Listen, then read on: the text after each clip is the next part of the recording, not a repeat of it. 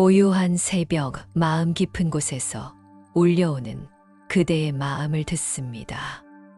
자식이라는 이름 앞에서 때로는 기쁨으로, 때로는 눈물로 채워진 시간들을 보내오신 그대에게 오늘은 부처님의 깊은 가르침을 전하고자 합니다. 오랜 세월을 걸어오신 그대에게 삶의 기쁨과 슬픔을 두루 겪어낸 시간 속에서 자식이라는 존재가 얼마나 크고 무거운 의미였는지 충분히 알고 있습니다. 혹시 그대도 자식을 바라보며 가슴 깊은 한숨을 내신 적 있으신가요? 다 주어도 아깝지 않다 생각하면서도 때로는 서운함에 가슴이 절릿했던 그 순간들. 그 모든 감정이 결코 그대만의 것이 아님을 먼저 전하고 싶습니다. 우리는 자식을 키우며 수많은 희생과 헌신을 감내합니다. 하지만 그 많은 순간들이 어떤 의미를 지니는지, 자식이라는 존재가 우리의 삶에 어떤 인연으로 찾아온 것인지, 그 뜻을 깊이 들여다보는 시간은 드물었을지도 모릅니다. 법구경에서 부처님은 이렇게 말씀하셨습니다. 이 세상에 우연이란 없다. 모든 만남은 수많은 전생의 인연이 맺어져 이루어지는 것이니라. 모든 것은 인과의 법칙에 따라 일어나며 지금 이 순간 우리가 경험하는 모든 일들은 과거 무량겁의 시간 동안 쌓아온 업의 결과입니다. 자식과 부모의 인연 또한 단순히 이 생에서 새롭게 시작된 관계가 아닙니다. 아주 오래전부터 얽히고 설킨 깊은 인연의 실이 때가 되어 다시 한번 만나게 해준 것입니다. 본생경에는 이런 이야기가 전해집니다. 한 어머니가 부처님께 물었습니다. 제 자식은 왜 이렇게 저를 아프게 할까요? 온갖 정성을 다해 키웠는데 저를 원망하고 멀리하려 합니다. 부처님께서 자비로운 눈빛으로 그 어머니를 바라보며 답하셨습니다. 전생에 그대가 그에게 빚을 졌기 때문이니라. 이 생에서 그 빚을 갚는 것이 곧 해탈의 길이 되느니라. 그것은 수많은 부모가 겪는 번뇌이며 동시에 큰 깨달음의 문이 되는 물음이니라. 자식과의 인연은 단지 현생의 혈연이 아니라 전생에서 얽히고 서린 깊은 인연이 깃들어 있습니다. 화엄경에서는 이렇게 설명합니다. 모든 중생은 무식업 동안 서로 부모와 자식이 되어 왔으니 원수도 은인도 모두 과거생의 인연이니라. 우리가 지금 자식이라고 부르는 존재들은 전생에 다양한 관계로 얽혀있던 영혼들입니다. 어떤 자식은 우리가 은혜를 입은 은인이었고, 어떤 자식은 우리가 빚을 졌던 존재였으며, 또 어떤 자식은 원한을 지닌 채 다시 만난 인연일 수도 있습니다. 승만경에서 부처님께서는 이렇게 말씀하셨습니다. 자식은 전생의 은인이다. 이 말에는 깊은 깨달음이 담겨 있습니다. 전생에 큰 은혜를 베풀었던 존재이기에 우리는 현생에서 그들에게 모든 것을 주어도 후회 없는 마음을 갖게 되는 것입니다. 그저 사랑하고 싶은 마음, 헌신하고 싶은 마음, 그것이 자연스러운 보답이니라. 자식을 향한 사랑은 전생에서 받은 사랑의 찬양입니다. 그것이 꽃이 피듯 삶의 결실을 맺습니다. 우리가 자식을 바라보며 느끼는 복잡한 감정들, 때로는 무한한 사랑으로, 때로는 깊은 걱정으로, 또 때로는 이해할 수 없는 서운함으로 채워지는 그 모든 순간들이 사실은 전생의 인연이 현재에 펼쳐지는 모습입니다. 미묘한 감정의 변화들, 설명할 수 없는 끌림과 때로는 갈등까지도 모두 깊은 인연의 흔적들입니다. 때로는 자식이 부모에게 큰 상처와 고통을 안겨주기도 합니다. 그럴 때 우리는 스스로에게 묻습니다. 내가 어디서부터 잘못했는가? 그러나 불교에서는 이것 또한 인연이라 합니다. 전생에 우리가 그들에게 지은 빚을 이 생에서 갚는 과정이라 생각한다면 조금은 마음이 가벼워질지도 모릅니다. 그래서 자식이 우리 뜻대로 되지 않을 때도 그 부족함마저 포용할 수 있게 됩니다. 그들이 성장하도록 지켜보는 것이 바로 빚을 갚는 길이 됩니다. 장흥부경에서 부처님께서는 이렇게 말씀하셨습니다. 강물 위에 비친 달을 손으로 잡을 수 없듯 자식 또한 우리 곁에 머무는 인연일 뿐, 영원히 소유할 수 있는 존재가 아님을 알아야 한다. 그들은 각자의 업보와 인연을 따라 자신만의 길을 걸어가야 할 독립된 존재입니다. 우리가 아무리 사랑하고 보호하고 싶어도 그들에게는 그들만의 삶이 있고 그들만의 수행이 있습니다. 유마경에서는 이렇게 가르칩니다.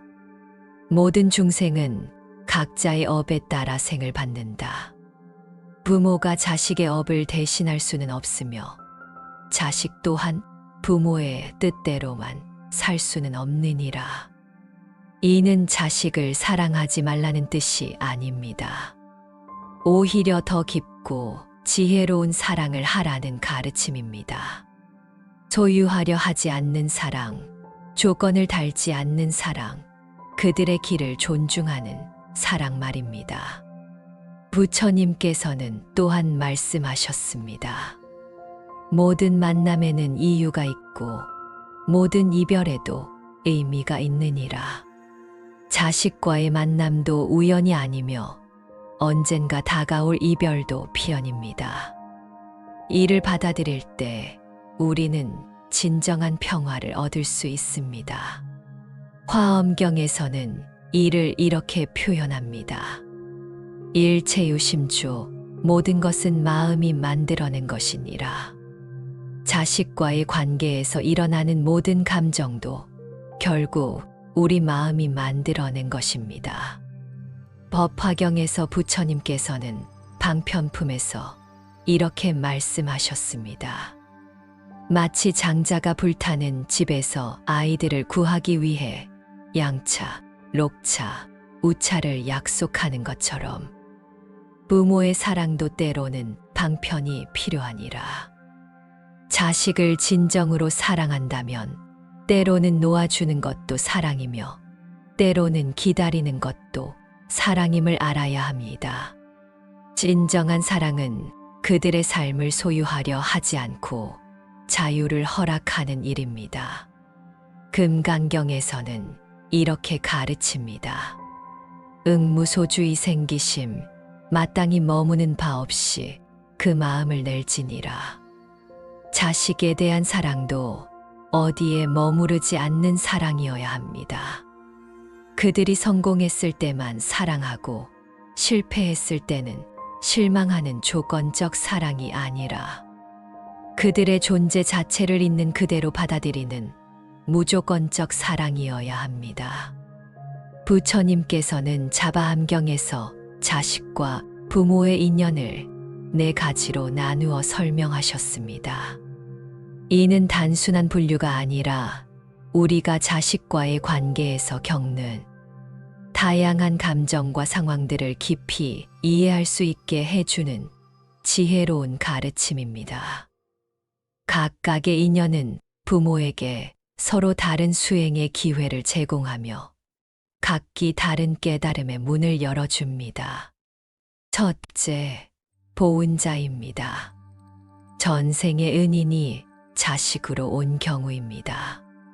이런 자식에게는 무엇을 주어도 아깝지 않은 마음이 자연스럽게 일어납니다. 그들을 보는 순간부터 마음 깊은 곳에서 우러나는 사랑, 설명할 수 없는 애틋함이 느껴집니다. 밤낮 없이 돌보고 모든 것을 내어주어도 후회가 없는 마음, 그것이 바로 전생의 은혜를 갚는 길입니다. 부처님께서는 본생담에서 이렇게 말씀하셨습니다. 전생에 그대가 굶주릴 때 밥을 주었던 이가 지금 그대의 자식이 되어 왔느니라. 그러므로 그에게 베푸는 모든 것이 당연하고 기쁜 것이니라. 이런 자식을 둔 부모는 행복합니다. 하지만 때로는 지나친 사랑으로 이내 자식을 응석바지로 만들 위험도 있습니다. 중용경에서 가르치듯이 지나친 것은 부족한 것과 같습니다. 사랑도 지혜와 함께해야 진정한 사랑이 됩니다. 보은자 유형의 자식을 통해 부모는 베푸는 기쁨을 배웁니다. 보시바라밀의 실천을 자연스럽게 익히게 됩니다. 그러나 여기서 중요한 것은 그 베품이 조건적이 되어서는 안 된다는 점입니다. 과거의 은혜에 대한 보답이라는 생각조차 내려놓고 순수한 사랑으로 베푸는 마음을 기르는 것이 진정한 수행입니다. 둘째, 보원자입니다. 전생에 원한을 품고 온 경우입니다. 부모에게 고통을 주고 속을 썩이는 자식들이 여기에 해당합니다. 무엇을 해주어도 고마워하지 않고 때로는 부모를 원망하며 상처를 주는 자식들입니다. 이럴 때 부모의 마음은 찢어집니다. 어디서부터 잘못되었는지, 무엇을 다르게 했어야 하는지 자책하게 됩니다.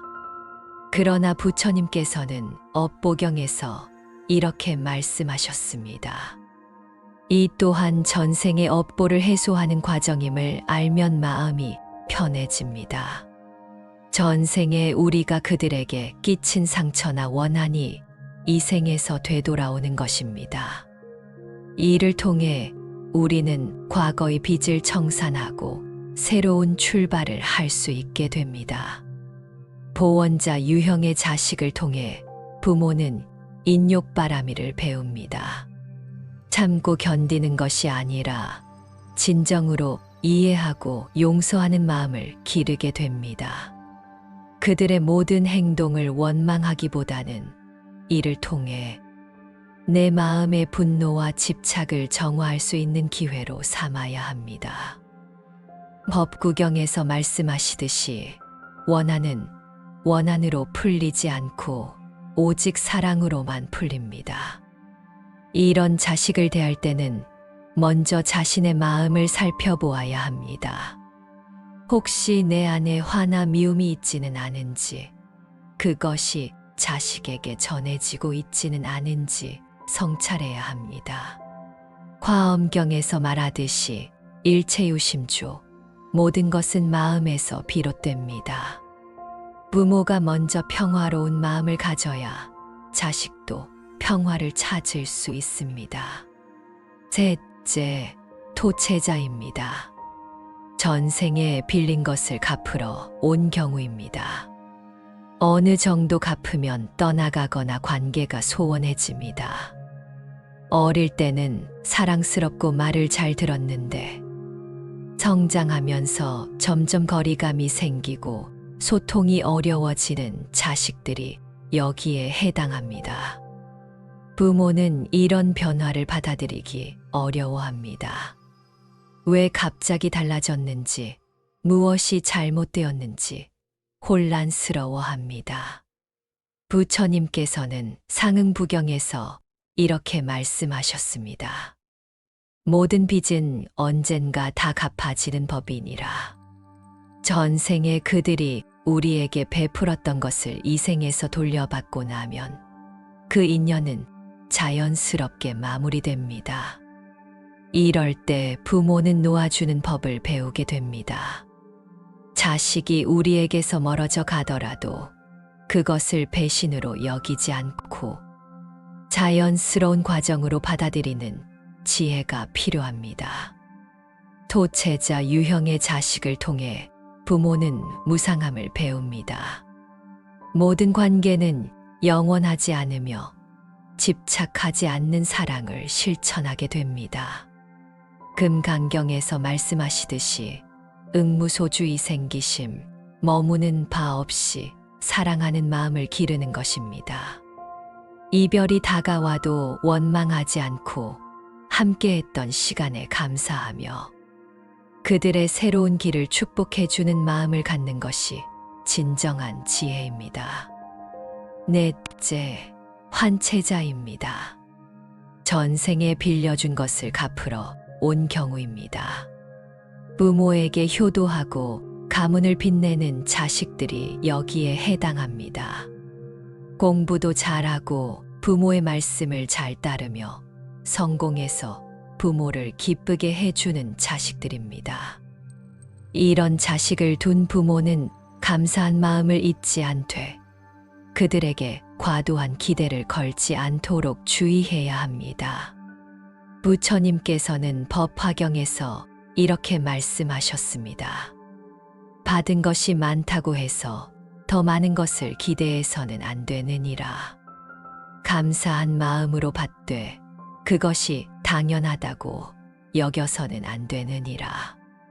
환체자 유형의 자식을 둔 부모는 겸손함을 배워야 합니다. 자식의 성공을 자신의 공으로만 돌리지 않고 그들 자신의 노력과 전생의 공덕임을 인정하는 마음이 필요합니다. 또한 이런 자식들에게도 너무 많은 짐을 지우지 않아야 합니다. 그들도 각자의 삶이 있고 각자의 길이 있습니다. 부모의 기대와 바람이 그들에게 부담이 되지 않도록 주의해야 합니다. 중화함경에서 말씀하시듯이 모든 중생은 자유롭게 자신의 길을 갈 권리가 있습니다. 어떤 유형의 자식이든 모두 우리에게 깊은 가르침을 주는 스승입니다. 그들을 통해 우리는 사랑과 인내, 지혜와 자비를 배우게 됩니다. 보은자를 통해서는 베푸는 기쁨을, 보원자를 통해서는 용서와 인내를, 토체자를 통해서는 놓아줌의 지혜를, 환체자를 통해서는 겸손과 감사를 배웁니다. 부처님께서는 또한 말씀하셨습니다. 이 네 가지 유형이 고정불변한 것은 아니니라. 한 자식 안에도 여러 모습이 공존할 수 있고 시간에 따라 변화할 수도 있느니라. 중요한 것은 어떤 상황에서든 부모로서의 도를 잃지 않는 것입니다. 자비롭고 지혜로운 마음으로 자식을 바라보며 그들의 성장을 도와주는 것이 진정한 부모의 역할입니다. 그대가 어떤 유형의 자식을 두었든 그 모든 것이 그대의 영적 성장을 위한 부처님의 가르침임을 잊지 마십시오.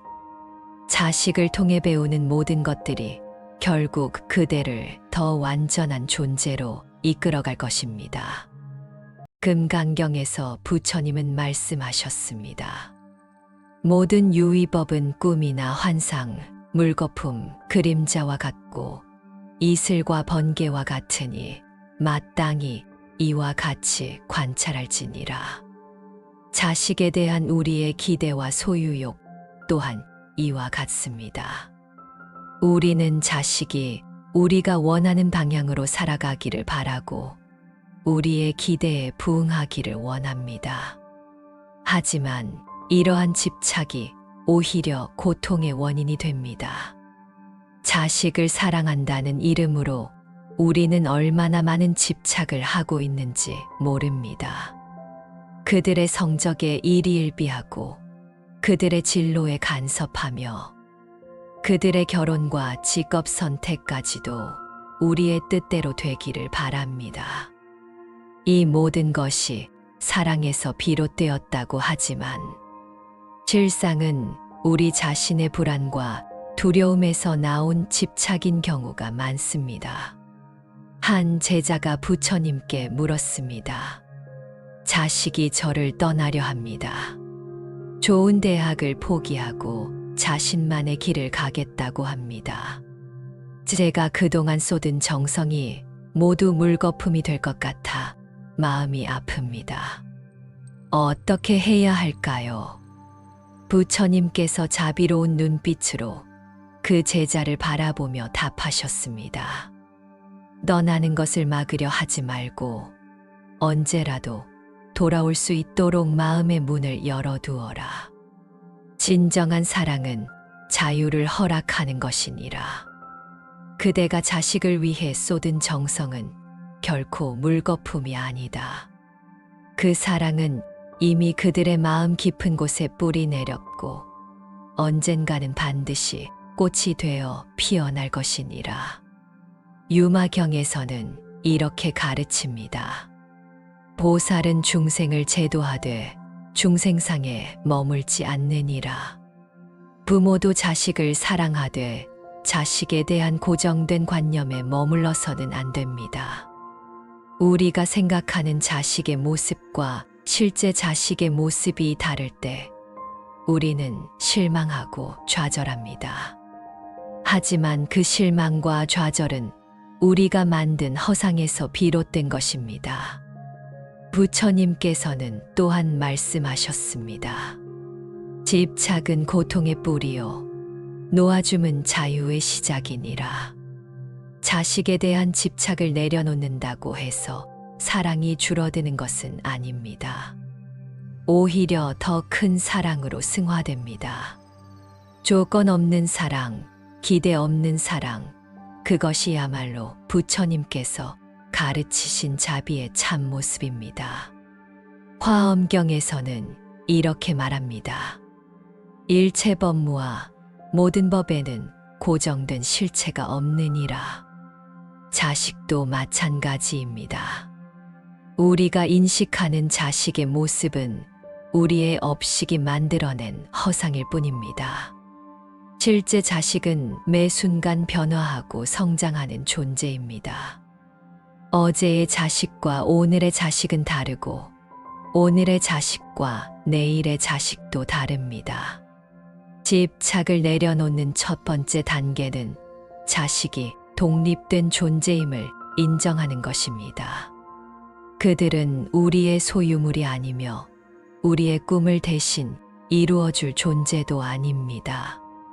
그들에게는 그들만의 삶이 있고 그들만의 길이 있으며 그들만의 꿈이 있습니다.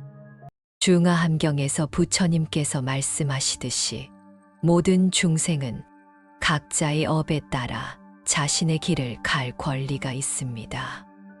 한 어머니가 있었습니다. 의사가 되기를 바랐던 아들이 음악을 선택했을 때 그녀는 크게 실망했습니다. 자신의 꿈이 무너진 것 같았고 아들에 대한 원망이 생겼습니다. 그러나 어느 날 아들의 연주를 들으며 그녀는 깨달았습니다. 자신이 사랑했던 것은 아들 자체가 아니라 자신이 그려놓은 아들의 모습이었다는 것을. 부처님께서는 법구경에서 이렇게 말씀하셨습니다. 모든 괴로움은 집착에서 일어나고 모든 즐거움은 놓아줌에서 일어나느니라. 자식에 대한 우리의 모든 걱정과 불안은 집착에서 비롯됩니다. 그들이 실패할까봐, 그들이 고생할까봐, 그들이 우리를 떠날까봐 두려워합니다. 하지만 이 모든 두려움은 미래에 대한 헛된 상상일 뿐입니다. 반야심경에서 가르치듯이 색즉시공 공즉시색, 모든 현상은 공하지만 공이 곧 무가 아닙니다. 자식에 대한 사랑도 마찬가지입니다. 집착을 내려놓는다고 해서 사랑이 사라지는 것이 아니라 오히려 더 순수하고 자유로운 사랑으로 변화합니다. 집착을 내려놓는 두 번째 단계는 현재에 머무르는 것입니다. 우리는 자주 과거의 자식 모습에 매달리거나 미래의 자식 모습을 걱정합니다. 하지만 진정한 만남은 현재에만 가능합니다. 지금 이 순간의 자식을 있는 그대로 받아들이고 사랑하는 것이 중요합니다. 장흥부경에서 부처님께서는 이렇게 말씀하셨습니다. 과거는 이미 지나갔고 미래는 아직 오지 않았다. 현재 이 순간에 깨어있는 자만이 진정한 평화를 얻는다. 자식과의 관계도 마찬가지입니다. 과거의 상처나 미래의 걱정에 사로잡히지 말고 지금 이 순간 그들과 함께 있는 시간을 소중히 여겨야 합니다.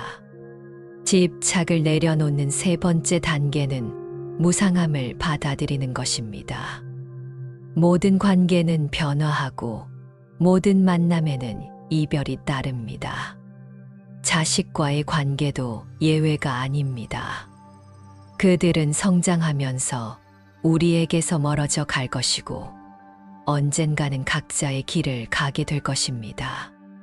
이를 자연스러운 과정으로 받아들일 때 우리는 진정한 평화를 얻을 수 있습니다. 부처님께서는 또한 말씀하셨습니다.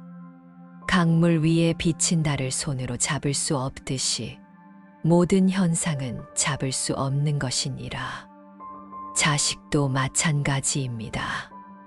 우리가 아무리 붙잡으려 해도 그들은 흘러가는 시간 속에서 변화해 갑니다.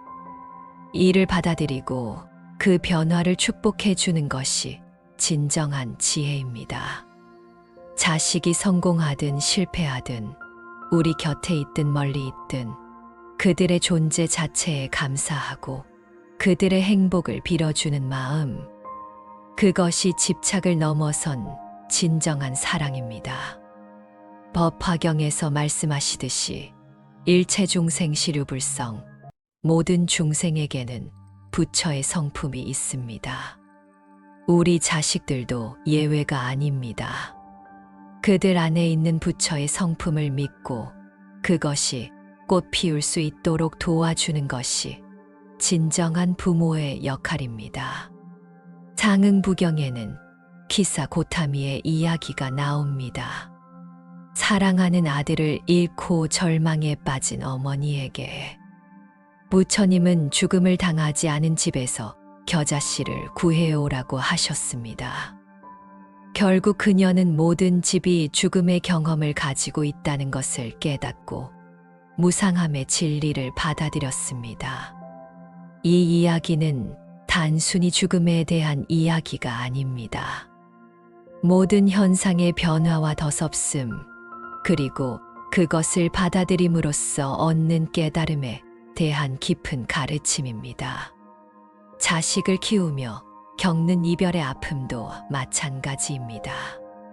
그들이 성장하여 우리 곁을 떠나는 것은 자연의 섭리이며 이를 통해 우리는 무상함을 배우고 집착에서 자유로워집니다. 세상의 모든 것은 변합니다. 귀여웠던 아기가 어느새 청소년이 되고 말 잘 듣던 아이가 반항하는 사춘기를 거쳐 성인이 됩니다. 이 모든 변화 속에서 우리는 영원한 것은 없다는 진리를 깨닫게 됩니다. 부처님께서는 법구경에서 말씀하셨습니다.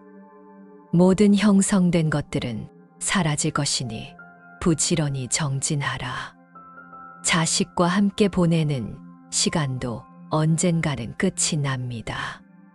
그러므로 그 시간을 소중히 여기되 영원하다고 착각하지는 말아야 합니다. 오늘 함께 나누는 밥 한 끼, 나누는 대화 한마디, 함께 보는 하늘 한 조각이 모두 덧없이 흘러가는 순간들입니다. 그렇기에 더욱 소중하고 아름다운 것입니다. 한 아버지가 있었습니다. 딸이 어릴 때는 매일 밤 동화책을 읽어주며 행복한 시간을 보냈습니다. 하지만 딸이 자라면서 점점 그런 시간이 줄어들었고 어느 날 갑자기 딸이 혼자 책을 읽겠다고 말했을 때 그는 큰 상실감을 느꼈습니다. 그러나 부처님의 가르침을 떠올리며 그는 깨달았습니다. 그 시간들이 사라진 것이 아니라 딸의 성장이라는 새로운 형태로 변화한 것임을. 중화함경에서 부처님께서는 이렇게 말씀하셨습니다. 모든 만남은 헤어짐을 위한 것이요. 모든 만남에는 때가 있느니라. 자식과의 만남도 예외가 아닙니다. 그들과 함께하는 모든 순간은 한정되어 있으며 그렇기 때문에 더욱 소중합니다. 무상함을 깨달으면 오히려 마음이 평안해집니다. 자식이 언젠가 떠날 것을 안다면 지금 이 순간을 더욱 감사하게 여기게 됩니다. 화엄경에서는 이렇게 가르칩니다. 일체계고 일체무상 일체무아 열반적정 모든 것은 괴로움이요. 모든 것은 무상하며 모든 것은 무아이니 오직 열반만이 고요하니라. 이 일을 사성제의 관점에서 보면 자식으로 인한 우리의 모든 고통도 무상함을 깨닫지 못해서 생기는 것입니다. 그들이 변화하는 것을 받아들이지 못하고 과거의 모습에만 머물러 있으려 하기 때문입니다. 무상함을 깨닫는 첫 번째 단계는 변화를 자연스러운 현상으로 받아들이는 것입니다. 자식의 성장은 기쁜 일입니다. 그들이 독립적인 사고를 하고 자신만의 길을 찾아가는 것은 부모로서 자랑스러워해야 할 일입니다. 하지만 때로는 그 변화가 우리에게 상실감을 안겨주기도 합니다. 예전처럼 의존하지 않고 예전처럼 친밀하지 않을 때 우리는 외로움을 느낍니다. 부처님께서는 자바함경에서 이렇게 말씀하셨습니다. 변화를 두려워하지 말라. 변화 속에 성장이 있고 성장 속에 지혜가 있느니라. 자식의 변화를 두려워하지 말고 오히려 그 변화를 통해 우리 자신도 성장할 수 있는 기회로 삼아야 합니다. 그들이 어른이 되어가는 만큼 우리도 더 지혜로운 부모가 되어가야 합니다. 무상함을 깨닫는 두 번째 단계는 애별리고를 받아들이는 것입니다. 사랑하는 사람과 헤어지는 고통, 이것이 인생의 필연적인 부분임을 인정하는 것입니다. 자식과의 이별은 여러 형태로 나타납니다. 물리적인 이별뿐만 아니라 마음의 거리, 세대 차이로 인한 소통의 어려움도 일종의 이별입니다. 한 어머니가 부처님께 물었습니다. 아들이 결혼 후 며느리만 챙기고 저를 소홀히 합니다. 이 마음의 아픔을 어떻게 견뎌야 할까요? 부처님께서 답하셨습니다. 그대의 아들이 새로운 가정을 이루는 것은 자연스러운 일이니라. 그를 보내주는 것이 진정한 사랑이요. 그의 행복을 빌어주는 것이 어머니의 도리니라. 애별리고는 고통이지만 그 고통을 통해 우리는 더 큰 사랑을 배우게 됩니다. 금강경에서는 이렇게 말합니다. 응자겨시관 일체유의법 여몽환 포영 여로여겨전 응자겨시관 이와 같이 관찰하라. 모든 유의법은 꿈, 환상, 거품, 그림자와 같고 이슬과 번개와 같으니 이와 같이 관찰하라. 자식과의 모든 추억도 이와 같습니다. 아름답지만 더섭고 소중하지만 영원하지 않습니다. 이를 깨달을 때 우리는 집착에서 벗어날 수 있습니다. 무상함을 깨닫는 세 번째 단계는 현재에 충실하는 것입니다. 과거의 아름다운 기억에만 머물거나 미래에 대한 불안에 사로잡히지 말고 지금 이 순간 자식과 함께 할 수 있는 시간을 소중히 여기는 것입니다. 그들이 아직 우리 곁에 있을 때, 그들과 나눌 수 있는 대화가 있을 때, 함께 웃을 수 있을 때를 놓치지 말아야 합니다. 법화경에서 부처님께서는 이렇게 말씀하셨습니다. 시간은 화살과 같이 빠르니 한순간도 헛되이 보내지 말라. 자식과 함께하는 시간도 마찬가지입니다. 언젠가 그들이 우리를 떠날 것을 안다면 지금 이 순간을 더욱 감사하게 여기고 더욱 깊이 사랑해야 합니다.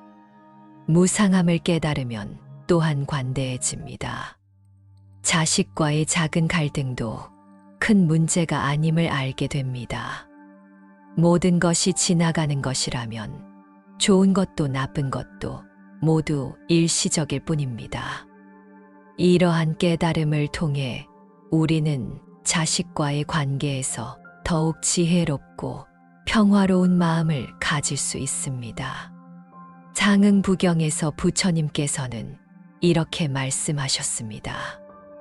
무상함을 깨달은 자는 모든 것에 감사하게 되느니라.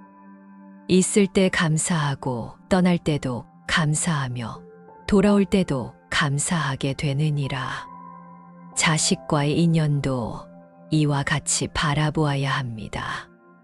함께할 때도 감사하고 멀어질 때도 감사하며 다시 가까워질 때도 감사하는 마음을 가져야 합니다. 법화경에서 부처님은 말씀하셨습니다. 부모가 자식을 사랑하는 마음처럼 모든 중생을 자비로 바라보라. 그것이 보살의 길이니라. 자식이 우리의 뜻대로 되지 않을 때 우리는 인내를 배웁니다. 그들이 실수하고 넘어질 때 우리는 무조건적인 사랑을 실천합니다. 때로는 멀리서 지켜보는 것만으로도 충분한 사랑임을 깨닫게 됩니다. 기다림이란 무엇일까요? 단순히 시간이 지나가기를 바라는 수동적인 행위가 아닙니다. 기다림은 능동적인 사랑의 표현이며 깊은 신뢰의 발현입니다. 자식을 기다린다는 것은 그들이 언젠가 스스로의 길을 찾을 것이라는 믿음을 갖는 것입니다. 그들의 속도를 존중하고 그들의 선택을 믿어주는 것입니다. 이는 단순한 시간의 경과가 아니라 마음의 변화와 성숙을 의미합니다. 한 어머니가 오랫동안 소식이 없는 자식을 기다리며 부처님께 물었습니다. 언제까지 기다려야 할까요? 아무런 연락도 없고 안부조차 알 수 없습니다. 이 기다림이 헛된 것은 아닐까요? 밤마다 전화기 앞에 앉아 있지만 벨이 울리지 않고 문 앞에서 발소리를 기다리지만 돌아오는 것은 침묵뿐입니다. 이런 날들이 몇 년째 계속되고 있습니다. 부처님께서 자비로운 눈빛으로 그 어머니를 바라보며 답하셨습니다. 기다림에는 끝이 없다. 그러나 그 기다림 자체가 수행이며 그대의 마음을 정화시키는 불꽃이니라. 기다리는 동안 그대는 더 깊은 사랑을 배우고 더 넓은 마음을 갖게 되느니라.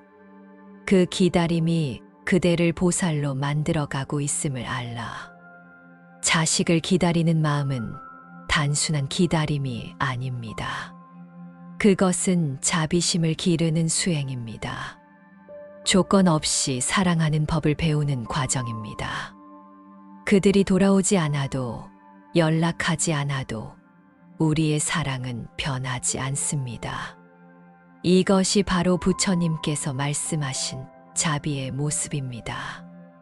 하루하루 지나가는 시간 속에서 우리는 더욱 깊은 인내력을 기르게 되고 더욱 넓은 포용력을 갖게 됩니다. 한 아버지가 있었습니다. 아들이 사업에 실패하고 도박에 빠져 집을 나간 지 3년이 되었습니다. 가끔 돈을 달라는 전화만 올 뿐 얼굴을 보여주지도 않았습니다. 주변 사람들은 이제 포기하라고 말했지만 그 아버지는 매일 밤 아들을 위해 기도했습니다. 아들의 빈자리를 그대로 두고 아들이 좋아했던 음식을 때때로 해놓기도 했습니다. 그리고 마침내 아들이 모든 것을 정리하고 돌아왔을 때 그 아버지의 첫 마디는 원망이 아니라 안아주는 것이었습니다. 자해경에서 부처님께서는 이렇게 가르치셨습니다.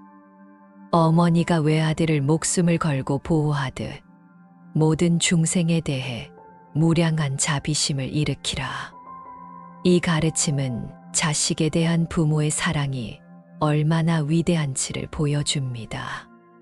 동시에 그 사랑을 모든 존재에게 확장해야 한다는 깊은 의미도 담고 있습니다. 부모의 사랑은 우주적 자비의 출발점이며 깨달음으로 나아가는 첫 번째 단계입니다. 기다림이 길어질수록 원망이 생길 수도 있습니다. 왜 연락하지 않을까? 왜 안부조차 전하지 않을까? 내가 그렇게 키운 자식이 이럴 수 있을까 하는 마음이 들 수 있습니다. 하지만 그 원망마저도 사랑에서 비롯된 것임을 알면 그것조차 자비로 변화시킬 수 있습니다. 부처님께서는 법구경에서 이렇게 말씀하셨습니다. 원한은 원한으로 풀리지 않고 오직 사랑으로만 풀린다. 입보살행론에서 찬티데바 보살은 이렇게 말씀하셨습니다. 분노는 천겁 동안 쌓은 공덕을 한순간에 태워버리지만 인욕은 모든 공덕을 지켜주느니라. 자식에 대한 원망과 분노를 인내와 자비로 바꾸는 것이 진정한 수행입니다. 그들의 행동 뒤에 숨겨진 아픔을 보려고 노력하고 그들만의 어려움을 이해하려고 애쓰는 것입니다. 그들도 나름의 이유가 있을 것이고 그들도 고민하고 방황하고 있을 것입니다. 기다림의 지혜는 또한 적절한 거리를 유지하는 것입니다. 너무 가까이에서 간섭하지도 너무 멀리에서 무관심하지도 않는 중도의 자세입니다. 중화함경에서 부처님께서 말씀하시듯이 검은고 줄은 너무 팽팽해도 너무 느슨해도 좋은 소리를 낼 수 없습니다. 자식과의 관계도 이와 같습니다. 적당한 긴장과 적당한 여유가 필요합니다. 한 어머니가 부처님께 물었습니다. 딸이 결혼 후 멀리 이사를 갔는데 자주 연락하지 않습니다. 보시경에서 부처님은 이렇게 가르치셨습니다. 참된 보시는 받는 이가 고마워하지 않아도 기꺼이 베푸는 것이다. 자식에게 주는 사랑도 이와 같아야 하느니라. 우리가 자식에게 베푸는 모든 것, 음식, 시간, 걱정, 기도, 이 모든 것이 조건 없는 보시입니다. 그들이 감사를 표현하지 않아도, 그들이 우리의 사랑을 이해하지 못해도 그 사랑 자체가 이미 완전한 공덕입니다. 보시란 무엇일까요? 단순히 물질적인 것을 주는 행위만을 의미하지 않습니다. 진정한 보시는 마음에서 우러나오는 자비의 표현이며 상대방의 행복을 진심으로 바라는 마음입니다. 자식에게 베푸는 부모의 사랑이야말로 가장 순수한 형태의 보시입니다. 그 안에는 어떠한 계산도 어떠한 조건도 없기 때문입니다. 한 아버지가 부처님께 물었습니다. 저는 자식을 위해 모든 것을 바쳤는데 아무런 고마움도 받지 못합니다.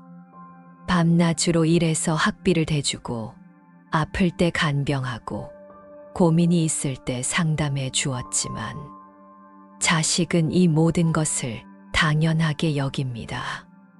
심지어 때로는 잔소리한다며 짜증을 내기도 합니다. 이것이 의미가 있을까요? 부처님께서 자비로운 미소를 지으며 답하셨습니다. 그대의 베풀문 하늘이 알고 땅이 안다. 보답을 바라지 않는 사랑이야말로 가장 큰 공덕이니라. 그대는 이미 완벽한 보시를 실천하고 있는 것이다. 자식이 고마워하지 않는다고 해서 그 공덕이 줄어들지 않으며, 그들이 알아주지 않는다고 해서 그 사랑이 헛된 것이 아니니라. 승만경에서는 이렇게 말합니다. 보살의 보시는 상대방의 반응에 좌우되지 않는다. 오직 자비심에서 우러나올 뿐이니라. 자식에게 쏟는 우리의 모든 정성이 바로 이런 보살의 보시와 같습니다.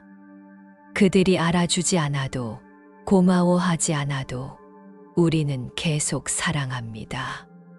그것이 부모의 마음이고 그것이 진정한 수행입니다. 보시바라밀의 관점에서 보면 자식에게 베푸는 사랑에는 세 가지 차원이 있습니다. 첫째는 제시입니다. 물질적인 것을 주는 것입니다. 음식을 해주고 옷을 사주고 교육비를 대주는 것들이 여기에 해당합니다. 이는 가장 기본적인 형태의 보시이지만 그 안에 담긴 사랑은 무가치하지 않습니다. 둘째는 무외시입니다. 두려움을 없애주는 것입니다. 자식이 어려움에 처했을 때 든든한 버팀목이 되어주고, 그들이 실패했을 때 용기를 잃지 않도록 격려해 주는 것입니다. 세상이 아무리 힘들어도 돌아갈 곳이 있다는 안정감을 주는 것, 그것이 무외시의 실천입니다. 셋째는 법시입니다. 지혜를 나누어 주는 것입니다. 삶의 경험을 통해 얻은 지혜를 전해주고 올바른 가치관을 심어주며 그들이 스스로 판단할 수 있는 능력을 기르도록 도와주는 것입니다. 이는 가장 높은 차원의 보시이며 그 영향은 평생에 걸쳐 지속됩니다. 화엄경에서 부처님께서는 이렇게 말씀하셨습니다. 한 방울의 물이 바다에 떨어지면 바다가 마르지 않는 한 그 물방울도 마르지 않는다. 자비의 바다에 떨어진 사랑도 이와 같으니라. 자식에게 베푼 모든 사랑은 결코 사라지지 않습니다. 그 사랑은 그들의 마음 깊은 곳에 스며들어 평생토록 그들을 지켜주는 힘이 됩니다. 때로는 우리의 베품이 자식에게 부담이 되는 것은 아닌지 걱정이 될 수 있습니다. 너무 많이 주어서 그들이 의존적이 되거나 감사할 줄 모르는 사람이 되는 것은 아닌지 우려하게 됩니다. 하지만 부처님께서는 이렇게 말씀하셨습니다. 진정한 보시는 상대방을 자립시키는 것이니라. 물고기를 주는 것보다 물고기 잡는 법을 가르치는 것이 더 큰 사랑이니라. 자식에게 베푸는 사랑도 이와 같아야 합니다. 그들이 영원히 우리에게 의존하도록 만드는 것이 아니라 스스로 살아갈 수 있는 힘을 기르도록 도와주는 것입니다. 때로는 어려움을 겪더라도 스스로 헤쳐나갈 수 있도록 믿어주고 기다려주는 것이 진정한 사랑입니다. 유마경에서는 이렇게 가르칩니다. 보살은 중생을 제도하되 제도한다는 생각에 머물지 않는다. 자식을 사랑하되 사랑한다는 생각에 집착하지 않는 것이 진정한 지혜입니다.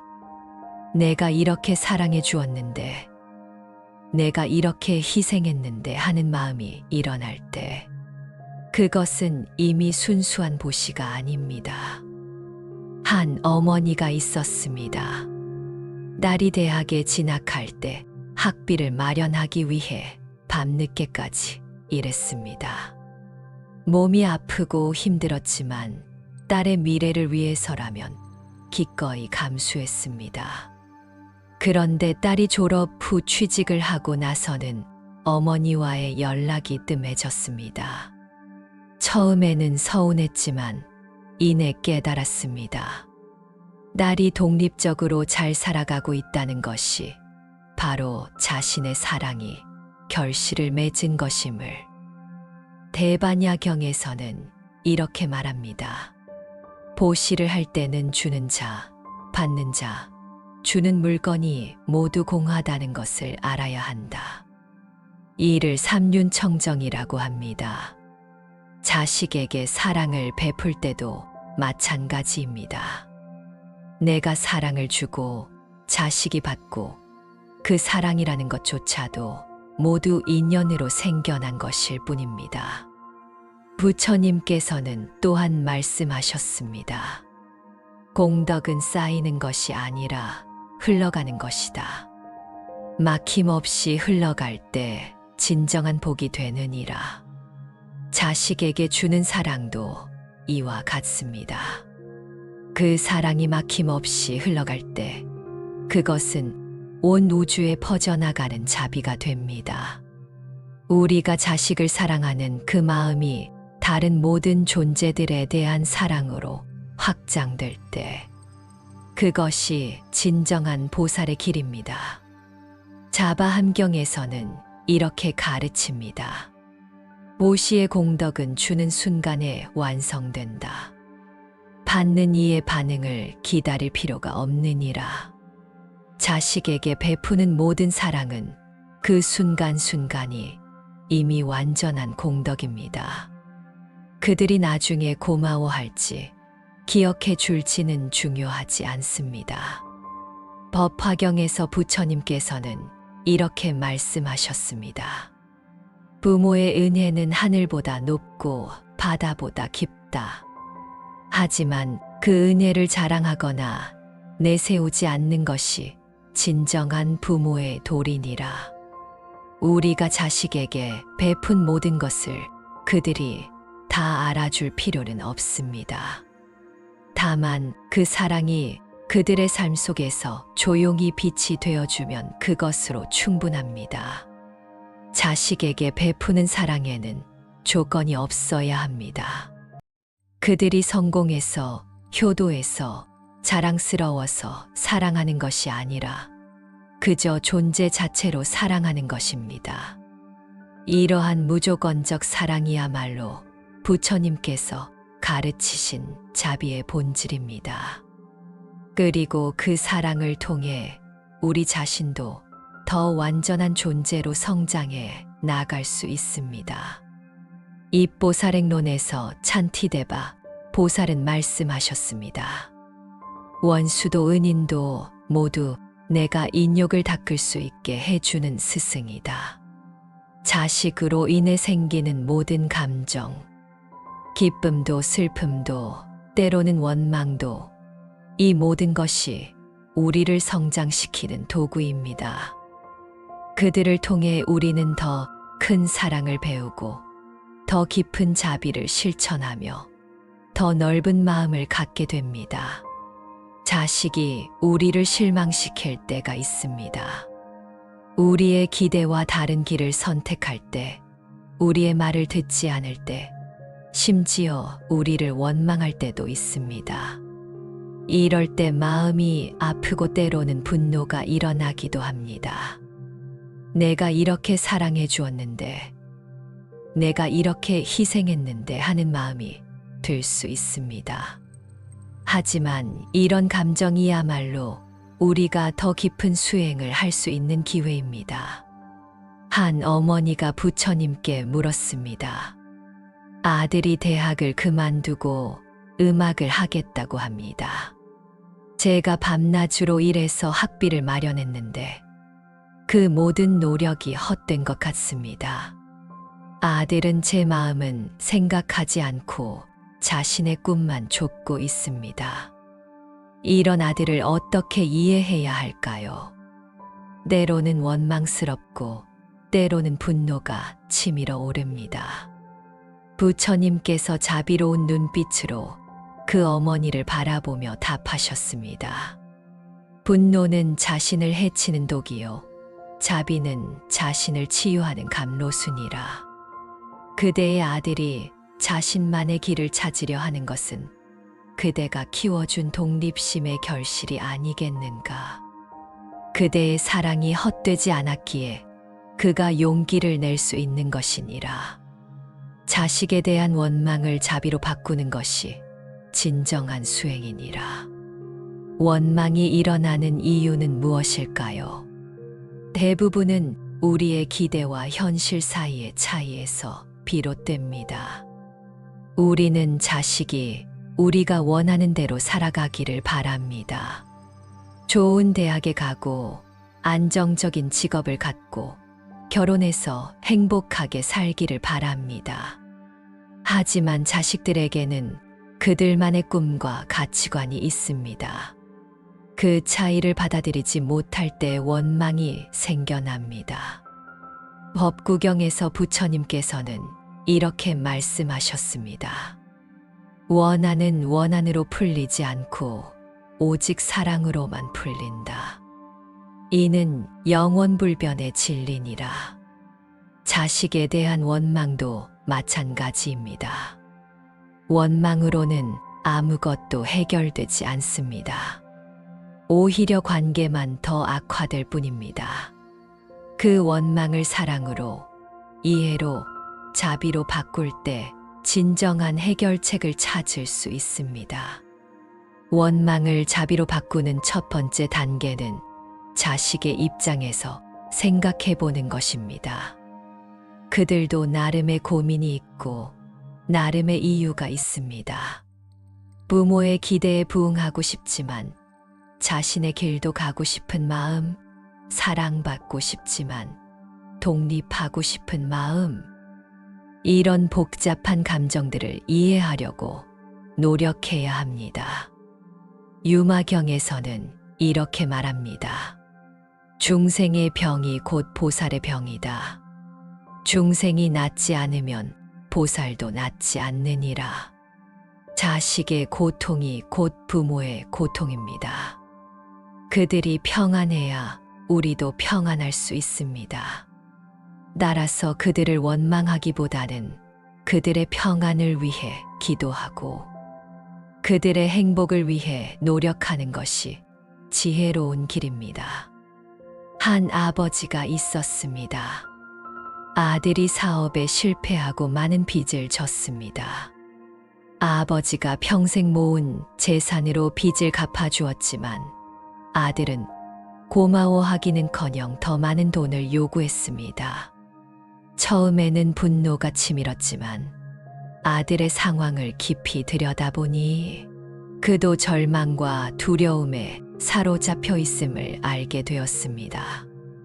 그때부터 아버지는 돈을 주는 대신 아들의 마음을 치유하는 데 집중했습니다. 원망을 자비로 바꾸는 두 번째 단계는 자신의 마음을 관찰하는 것입니다. 왜 내가 화가 났을까?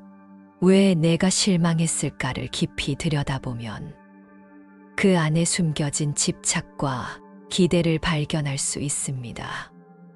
내 아이는 이래야 한다. 내 자식은 이렇게 해야 한다는 고정관념이 원망의 뿌리입니다. 반야심경에서 가르치듯이 색즉시공 공즉시세, 모든 현상은 고정되지 않고 변화합니다. 자식도 마찬가지입니다. 어제의 자식과 오늘의 자식은 다르고 오늘의 자식과 내일의 자식도 다를 것입니다. 그 변화를 받아들이고 인정할 때 원망은 자연스럽게 사라집니다. 찬티데바 보살은 입보살행론에서 또 이렇게 말씀하셨습니다.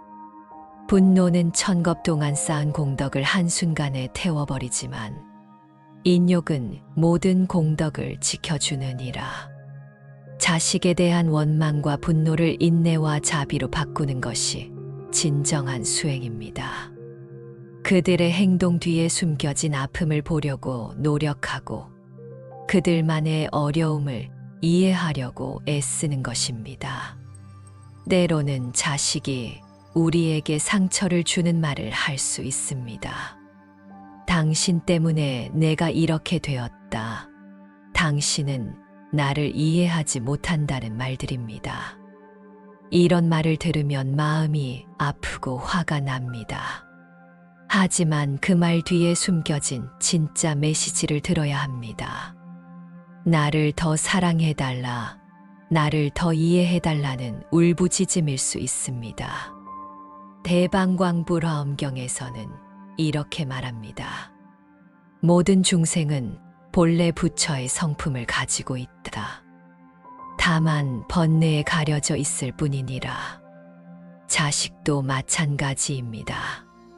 그들이 때로는 화를 내고 반항하더라도 그 본질은 사랑받고 싶어하는 순수한 마음입니다. 그 본질을 보려고 노력할 때 원망은 자비로 변화합니다. 원망을 자비로 바꾸는 세 번째 단계는 용서하는 것입니다. 자식의 잘못을 용서하고 자신의 부족함도 용서하는 것입니다. 완벽한 부모는 없고 완벽한 자식도 없습니다. 서로의 부족함을 인정하고 받아들일 때 진정한 화해가 시작됩니다. 한 어머니가 부처님께 물었습니다. 딸이 가출해서 몇 달째 소식이 없습니다. 마지막에 나눈 대화는 심한 말다툼이었습니다. 지금 생각해보니 제가 너무 강요했던 것 같습니다. 어떻게 해야 딸을 다시 만날 수 있을까요? 부처님께서 답하셨습니다. 먼저 그대 자신을 용서하라. 그리고 딸을 용서하라. 용서는 상대방을 위한 것이 아니라 자신을 위한 것이니라. 원망을 품고 있는 한 그대의 마음에는 평화가 없을 것이다. 용서할 때 비로소 진정한 사랑이 시작되느니라. 용서는 쉽지 않습니다. 특히 깊이 상처받았을 때는 더욱 어렵습니다. 하지만 용서하지 않으면 그 상처는 계속 우리를 아프게 합니다. 용서는 상대방을 위한 것이 아니라 자신을 위한 것입니다. 원망의 독을 내보내고 마음의 평화를 되찾는 일입니다.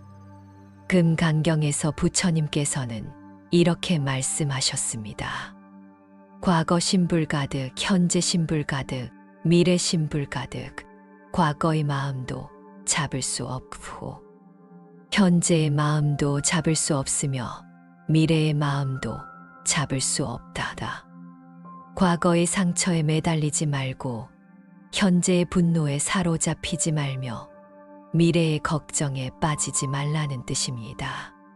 자식과의 갈등도 마찬가지입니다. 과거의 상처를 계속 되새기면 현재의 관계도 망가지고 미래의 희망도 사라집니다. 과거는 이미 지나간 것이고 중요한 것은 지금 이 순간입니다.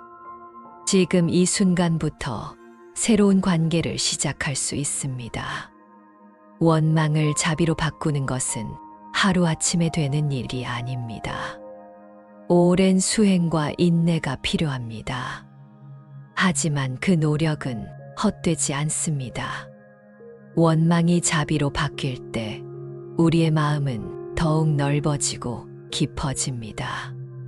그리고 그 변화는 자식에게도 전해져서 그들의 마음도 부드러워집니다. 보현의 원품에서는 이렇게 말합니다. 모든 중생을 부모처럼 여기고 모든 부모를 부처처럼 섬기라. 자식을 향한 원망을 자비로 바꾸는 것은 단순히 가족 관계를 개선하는 것을 넘어서 모든 존재에 대한 자비심을 기르는 위대한 수행입니다. 그 수행을 통해 우리는 더 완전한 존재로 성장할 수 있습니다. 념처경에서 부처님은 말씀하셨습니다. 과거는 이미 지나갔고 미래는 아직 오지 않았다. 오직 현재 이 순간만이 진실이니 이 순간에 머물라. 자식을 걱정하며 밤잠을 설치는 대신 지금 이 순간 그들이 무사하다는 것에 감사하십시오. 그들의 미래를 염려하는 대신 지금 이 순간 그들을 사랑하는 자신의 마음을 관찰하십시오. 우리는 자주 과거와 미래의 마음을 빼앗깁니다. 자식이 어렸을 때의 아름다운 기억에 젖어들거나 앞으로 닥칠지 모를 어려움을 걱정하며 현재를 놓치곤 합니다. 하지만 진정한 삶은 현재에만 존재합니다. 과거는 기억 속에만 있고 미래는 상상 속에만 있습니다. 오직 현재만이 우리가 실제로 살아가는 시간입니다. 한 어머니가 부처님께 물었습니다. 아들이 취업을 못해서 집에만 있습니다. 밤낮으로 그 아이 걱정만 하고 있어서 잠도 제대로 못 자고 밥맛도 없습니다. 앞으로 어떻게 될지 모르겠어서 불안하기만 합니다. 어떻게 해야 이 마음의 고통에서 벗어날 수 있을까요? 부처님께서 자비로운 미소를 지으며 답하셨습니다. 그대는 아직 일어나지도 않은 일을 걱정하며 현재를 놓치고 있구나. 지금 이 순간 아들은 안전하게 집에 있지 않는가? 지금 이 순간 그대는 아들을 사랑하고 있지 않는가? 그것으로 충분하다. 미래는 현재의 선택들이 만들어가는 것이니 지금 이 순간에 집중하라. 현재에 깨어 있을 때 비로소 지혜로운 선택을 할 수 있느니라. 현재 순간에 머무르는 것이 왜 중요할까요? 첫째, 현재만이 우리가 실제로 영향을 미칠 수 있는 시간이기 때문입니다. 과거는 이미 지나간 것이라 바꿀 수 없고 미래는 아직 오지 않은 것이라 확실하지 않습니다. 오직 현재에서만 우리는 선택하고 행동할 수 있습니다. 자식과의 관계도 마찬가지입니다. 과거의 실수를 후회하거나 미래의 걱정에 사로잡히기보다는 지금 이 순간 그들과 어떻게 소통하고 어떻게 사랑할 것인가에 집중해야 합니다. 둘째, 현재 순간에 머물 때 마음이 평화로워지기 때문입니다. 모든 고통은 과거에 대한 후회나 미래에 대한 불안에서 비롯됩니다. 자식 때문에 괴로운 것도 대부분 그들의 과거 행동을 자꾸 떠올리거나 앞으로 무슨 일이 생길지 걱정하기 때문입니다. 하지만 현재 이 순간에만 집중하면 그런 괴로움에서 벗어날 수 있습니다. 대념처경에서 부처님께서는 이렇게 가르치셨습니다. 몸에서 일어나는 감각을 알아차리고 마음에서 일어나는 느낌을 알아차리며 의식에서 일어나는 생각을 알아차리고 모든 현상에서 일어나는 변화를 알아차려라. 이것이 사념처 수행이니라. 자식과의 관계에서도 이런 알아차림이 필요합니다. 자식이 우리를 화나게 할 때 먼저 내 몸에서 일어나는 변화를 알아차려야 합니다. 가슴이 답답해지고 호흡이 거칠어지고 근육이 긴장되는 것을 느껴보십시오. 그 다음 마음에서 일어나는 감정을 알아차려야 합니다. 분노인지 실망인지 걱정인지를 명확하게 구분해 보십시오. 그리고 머릿속에서 일어나는 생각들을 관찰해 보십시오. 어떤 판단을 하고 있는지, 어떤 기대를 하고 있는지를 살펴보십시오. 이렇게 알아차림을 실천하면 감정에 휩쓸리지 않고 지혜롭게 대응할 수 있습니다. 분노가 일어나는 것을 알아차리면 그 분노에 동일시되지 않고 한 걸음 물러서서 바라볼 수 있습니다. 걱정이 일어나는 것을 알아차리면 그 걱정이 실제 상황인지 상상인지를 구분할 수 있습니다. 한 아버지가 있었습니다. 아들이 밤늦게 들어와서 술에 취한 채로 소란을 피울 때마다 화가 머리끝까지 치밀었습니다. 하지만 부처님의 가르침을 듣고 나서는 다르게 대응했습니다. 분노가 일어나는 순간 먼저 심호흡을 하며 자신의 감정을 알아차렸습니다. 그리고 아들의 행동 뒤에 숨겨진 고통을 보려고 노력했습니다. 그러자 분노 대신 연민이 일어났고 아들과 진정한 대화를 나눌 수 있었습니다. 심경에서는 이렇게 말합니다. 걸림이 없으므로 두려움이 없고 뒤바뀐 꿈과 망상을 멀리 떠나 완전한 열반에 이른다. 자식에 대한 우리의 모든 걱정과 기대를 내려놓으면 마음의 평화가 찾아옵니다. 그들의 삶은 그들의 것이고 우리의 삶은 우리의 것입니다. 각자의 길을 존중하며 서로를 축복하는 것, 그것이 진정한 사랑입니다. 자식에 대한 걱정을 내려놓는다는 것이 무관심해지라는 뜻은 아닙니다. 오히려 더 깊은 관심과 사랑을 갖되 그것이 집착이 되지 않도록 하는 것입니다. 그들의 행복을 바라되 우리가 정한 방식대로만 행복해야 한다고 강요하지 않는 것입니다. 그들을 사랑하되 우리의 소유물로 여기지 않는 것입니다. 부처님께서는 자애경에서 말씀하셨습니다. 먼저 자신을 잘 다스린 후에 남을 가르치라. 그래야 고통받지 않으니라. 자식을 사랑하는 것만큼 자신도 사랑하십시오. 그들의 행복을 빌면서 자신의 평안도 소중히 여기십시오. 부모가 평안해야 자식도 진정으로 안심할 수 있습니다. 자신을 사랑한다는 것은 무엇일까요? 자신의 감정을 있는 그대로 받아들이는 것입니다. 자식 때문에 화가 나는 것도, 걱정되는 것도, 서운한 것도 모두 자연스러운 감정입니다.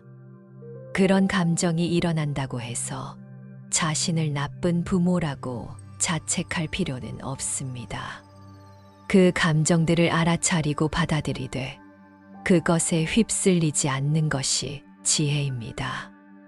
또한 자신만의 시간을 갖는 것도 중요합니다. 자식을 위해서만 사는 것이 아니라 자신의 꿈과 취미, 관심사도 소중히 여기는 것입니다. 건강한 부모가 건강한 자식을 키울 수 있습니다.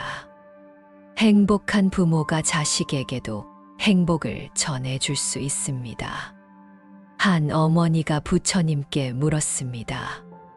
자식들이 모두 장성해서 독립했는데 이제 뭘 하며 살아야 할지 모르겠습니다. 평생 자식들만 생각하며 살았는데 이제 텅 빈 것 같습니다. 부처님께서 답하셨습니다. 그대가 자식들에게 베푼 사랑의 씨앗이 이제 꽃을 피웠구나. 이제는 그 사랑을 더 넓은 세상으로 확장할 때이니라. 모든 중생이 그대의 자식이라 생각하고 자비를 베풀어라. 그것이 그대의 새로운 길이니라. 현재 순간에 머무르며 자신을 사랑하는 방법 중 하나는 감사하는 마음을 기르는 것입니다. 자식과 함께 보낸 모든 순간, 좋았던 일도 힘들었던 일도 모두 소중한 경험이었습니다. 그 경험들이 우리를 더 성숙한 사람으로 만들어 주었습니다. 자식들도 그들 나름대로 최선을 다해 살아가고 있습니다. 그 모든 것에 감사하는 마음을 가질 때 평화가 찾아옵니다. 마지막으로 화엄경의 말씀으로 마무리하겠습니다. 한 방울의 물이 바다에 떨어지면 바다가 마르지 않는 한 그 물방울도 마르지 않는다. 자비의 바다에 떨어진 사랑도 이와 같으니라. 그대가 자식에게 베푼 모든 사랑은 영원히 사라지지 않습니다.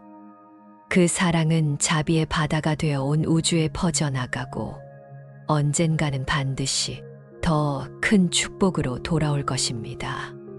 사랑하는 그대여, 오늘도 자식을 향한 그 깊은 마음으로 하루를 시작하시기 바랍니다.